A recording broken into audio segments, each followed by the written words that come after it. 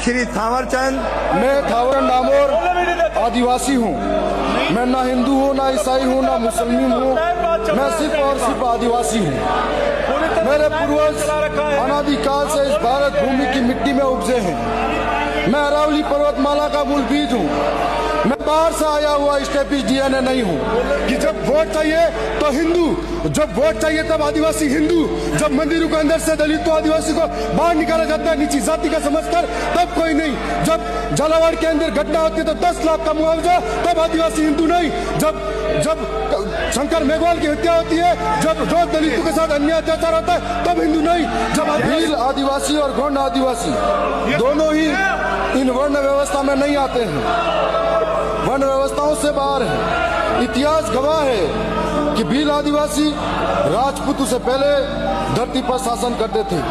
जब हमारे पूर्वज राजा थे, हम किसी भी वर्ण व्यवस्था में शामिल नहीं थे।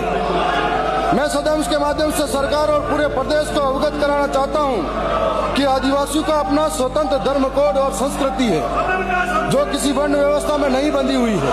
हम धर्म पूर्वी हैं और सन 1931 की जनगणना तथा आदिवासियों का एक स्वतंत्र धर्म कोड कॉलम था और ट्राइबल रिलीजन था, परंतु उसके बाद में हमारे धर्म कॉलम कोड को खत्म कर दिया गया। यही सबसे बड़ी ऐतिहासिक गलती रही कि हमारे धर्म कॉलम नहीं रहा तो जो आदिवासी जिनके अंदर शिक्षा की कमी थी या जो आर्थिक रूप से तंगी में थे, धीरे धीरे जब धर्म कोड खत्म कर दिया गया तो इस किधर भी शामिल होते गए। सच यह है कि जो आदिवासी ईसाई बने हैं वे हिंदू धर्म से धर्मांतरित नहीं हुए हैं, बल्कि ये ट्राइबल रिलीजन से ईसाई बने हैं। इसलिए यदि उनकी घर वापसी होती है तो वो हिंदू धर्म में नहीं बल्कि ट्राइबल रिलीजन्स में होनी चाहिए। वर्ष 1971 में सुप्रीम कोर्ट का एक जजमेंट आया था। इसमें स्पष्ट कहा गया कि आदिवासी हिंदू नहीं है क्योंकि आदिवासी वर्ण व्यवस्था से बाहर है। तो सवाल यह उठता है, जब न हम तो वर्ण व्यवस्था में आते हैं, न किसी जाति के ढांचे में आते हैं, न किसी के बंदे हैं, तो जबरन हमें हिंदू कहकर क्यों परिभाषित किया जा रहा है। आज भी राजस्थान की 8वीं क्लास की किताब है जिसमें सामाजिक विज्ञान की किताब में साफ साफ लिखा गया है कि आदिवासियों के उनके धार्मिक विश्वास अन्य धर्मों से भिन्न है। और इसी किताब के अंदर लिखा हुआ है कि प्रकृति से जुड़े आत्माओं से पर्वत, नदी, पशु आदि की आत्माएं हैं।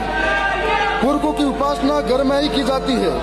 आदिवासी अपने आसपास के बौद्ध और ईसाई आदि धर्मों व शाक्त, वैष्णव आदि पंथों में विभाजित हुए। ये भी कहना चाहूंगा, मेरा स्पष्ट कहना यही है कि यदि सरकार धर्मांतरण रोकना चाहती है तो सबसे पहले आदिवासियों को उनका छीना हुआ धर्म कॉलम कोड मिलना चाहिए।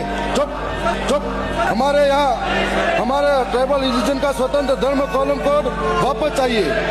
मैं ये कहना चाहूंगा कि सरकारें धर्म कॉलम कोड लाने से पहले जनगणना कॉलम हमारा आदिवासी का सेपरेट दे। जो आदिवासी ईसाई में गए, जो आदिवासी मुस्लिम में गए, जो आदिवासी सिख में गए, उन्हें पुनः लाया जाए और उनको यदि वो ईसाई में जाते हैं तो उनका धर्मांतरण हो रहा है, यदि वो हिंदू में जाते हैं तब भी उनका धर्मांतरण हो रहा है।